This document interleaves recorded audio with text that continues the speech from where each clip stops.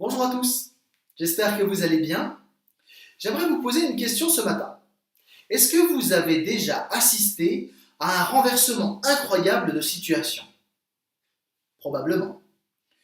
Dans la finale des championnats d'Europe d'athlétisme en 2014, la finale du 4x400 mètres féminin, il s'est passé quelque chose d'incroyable. Peut-être certains se souviennent. Floria Gay qui va prendre le bâton pour la France sur les Russes aussi. Zikova qui vient attaquer la Russe. Là, ils ont fini fort, les Russes et les Ukrainiennes. La France est quatrième, il y a du trafic, elle a perdu un peu de temps. Floria, ça va être dur. Ça va être très dur parce que le podium est dessiné là-bas. Ouais, c'est les trois favoris devant. Ouais, et il n'y aura pas de podium pour le 4x4 français parce que là on revient pas. Les Russes, l'Ukraine et la Grande-Bretagne. C'est vrai qu'il y a eu un problème dans le trafic et que Floria a perdu du temps. Et on va regarder la bagarre entre l'Ukraine et la Russie, avec toujours la possibilité pour Adeoye, alors que Floria donne tout ce qu'elle a, mais malheureusement, ce sera pas suffisant. Ah, ça revient fort, elle revient fort. Ouais, mais... La Britannique est en train de craquer. Alors peut-être. La Britannique est en train de craquer, Patrick. Je pense que ça va être juste, mais elle va tout donner quand même. La Britannique a temporisé. Elle est en train de relancer. Elle revient, elle va passer les Russes. Elle va passer les Russes.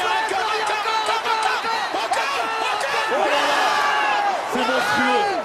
C'est bon, Quelle ligne droite. Magnifique. Mais il n'y a pas que la ligne droite, mais quel 400 mètres. Quel 400 mètres. Elles sont championnes d'Europe. Elles sont championnes d'Europe. C'est énorme. J'ai jamais vu ça. Non. Patrick. Je n'ai jamais vu ça. C'est extraordinaire. Le texte que nous allons lire ce matin est au moins aussi impressionnant que cette victoire renversante.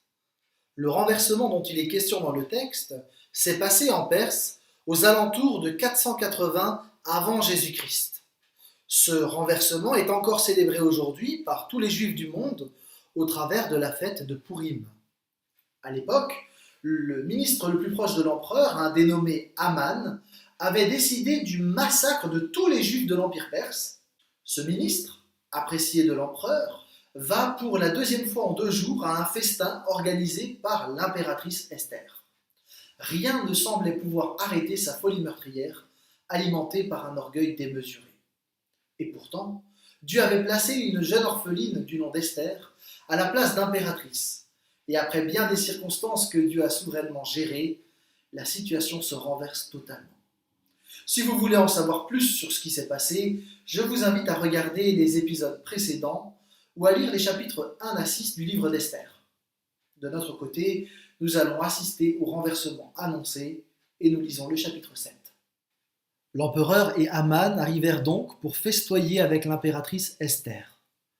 Ce 2e jour, pendant que l'on buvait le vin, l'empereur demanda de nouveau à Esther : « Dis-moi, quelle est ta requête, impératrice Esther ? Elle te sera accordée. Quelle est ta demande ?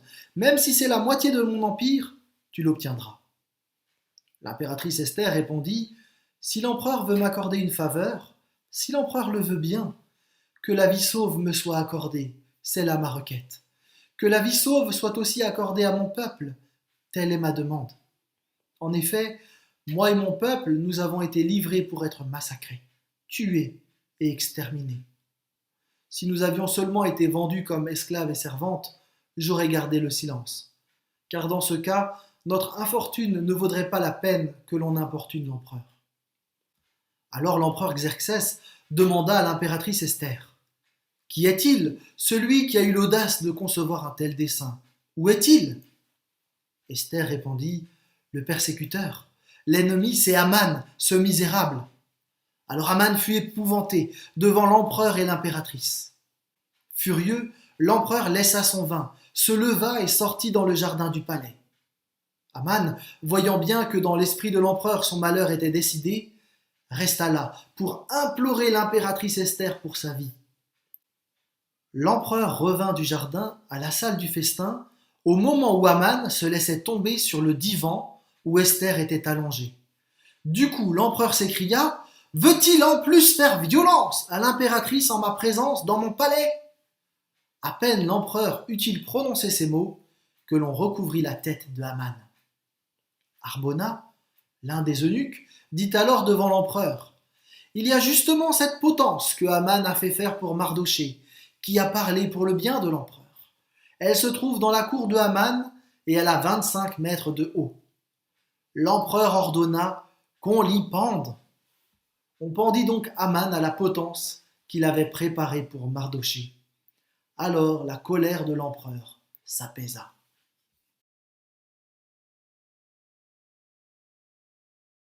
Quand mes enfants ont découvert l'histoire d'Esther et la chute d'Aman, l'un d'entre eux a dit « C'est bien fait !» Et effectivement, quand on lit l'histoire, on ne peut que se réjouir de la chute de cet homme franchement ignoble. Le renversement d'Aman est surprenant, mais il est mérité. L'empereur découvre ce soir-là qui est Aman.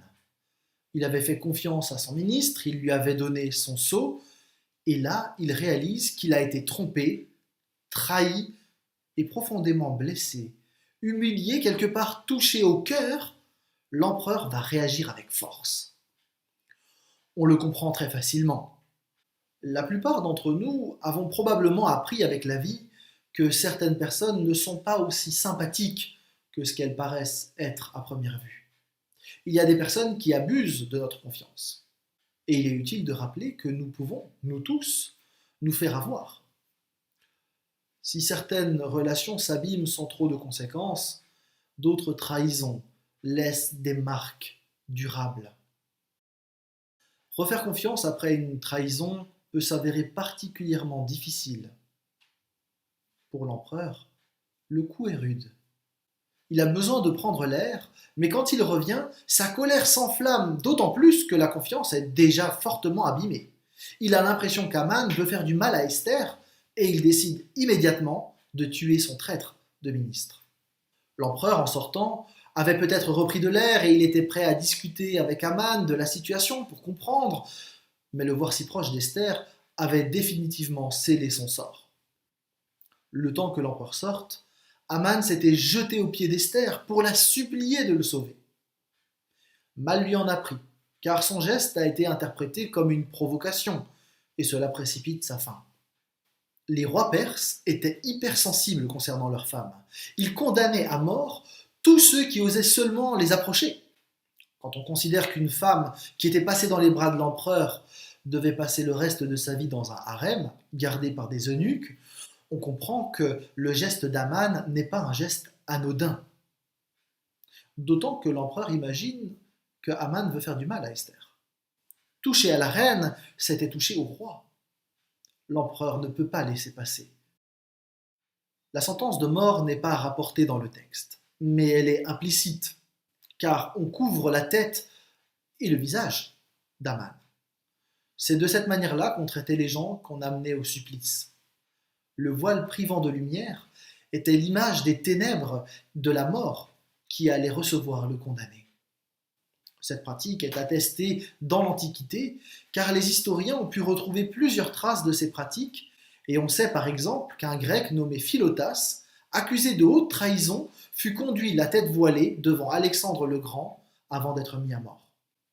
De même, chez les Romains, le juge disait à l'exécuteur en lui livrant le coupable « Va, licteur, attache-lui les mains, voile-lui la tête et suspends-le à l'arbre de malheur. » Nous savons par ailleurs que les rois de Perse ne s'encombraient pas de procédures administratives ou judiciaires. Ils pouvaient faire mourir n'importe qui sans forme de procès parce que tous les sujets étaient considérés comme leurs esclaves.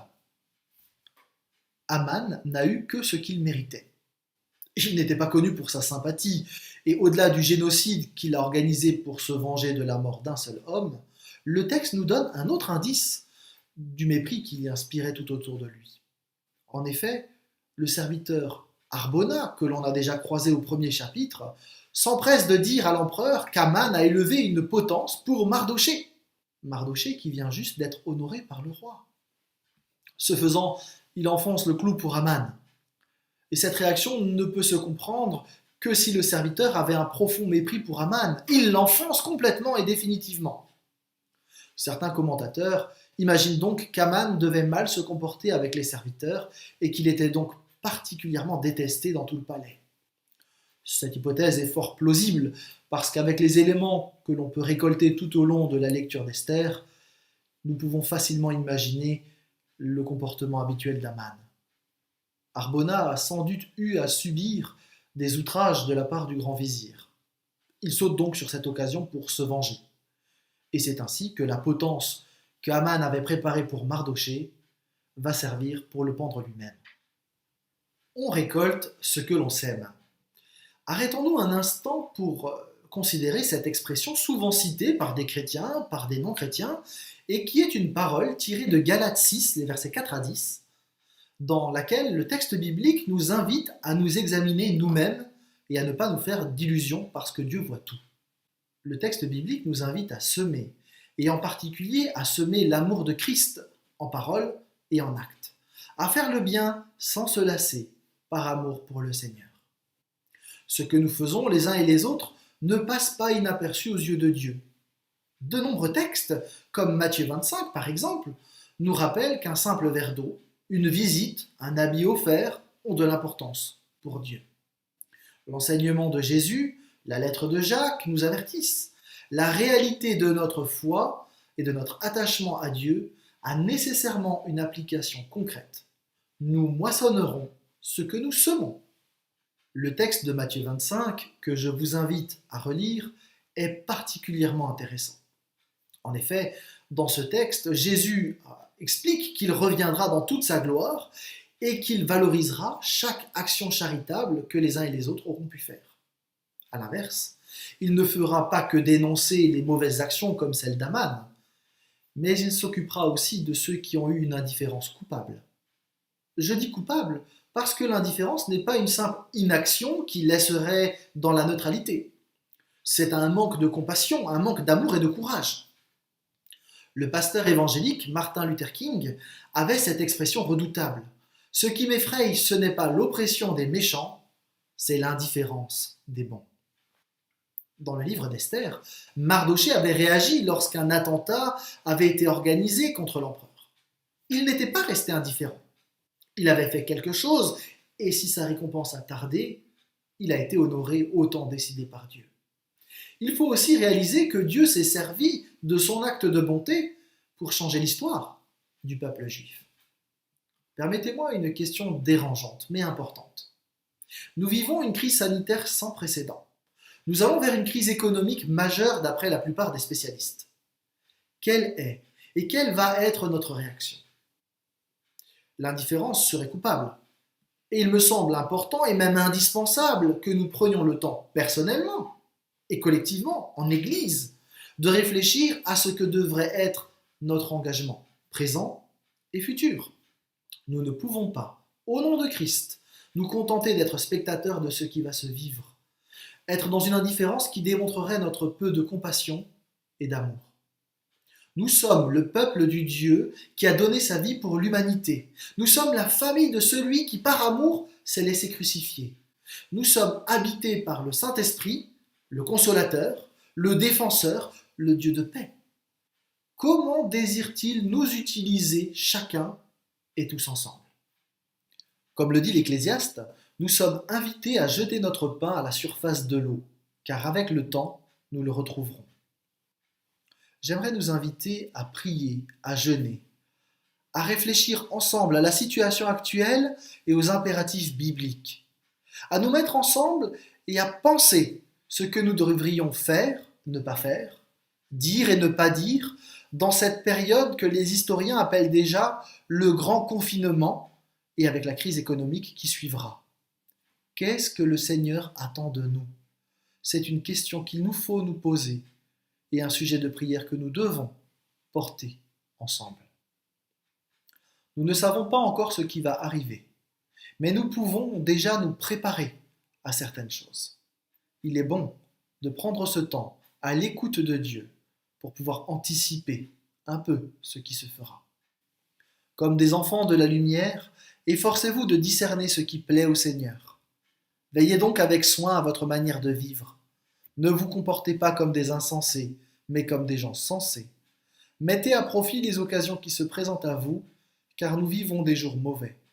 C'est pourquoi ne soyez pas déraisonnables, mais comprenez ce que le Seigneur attend de vous.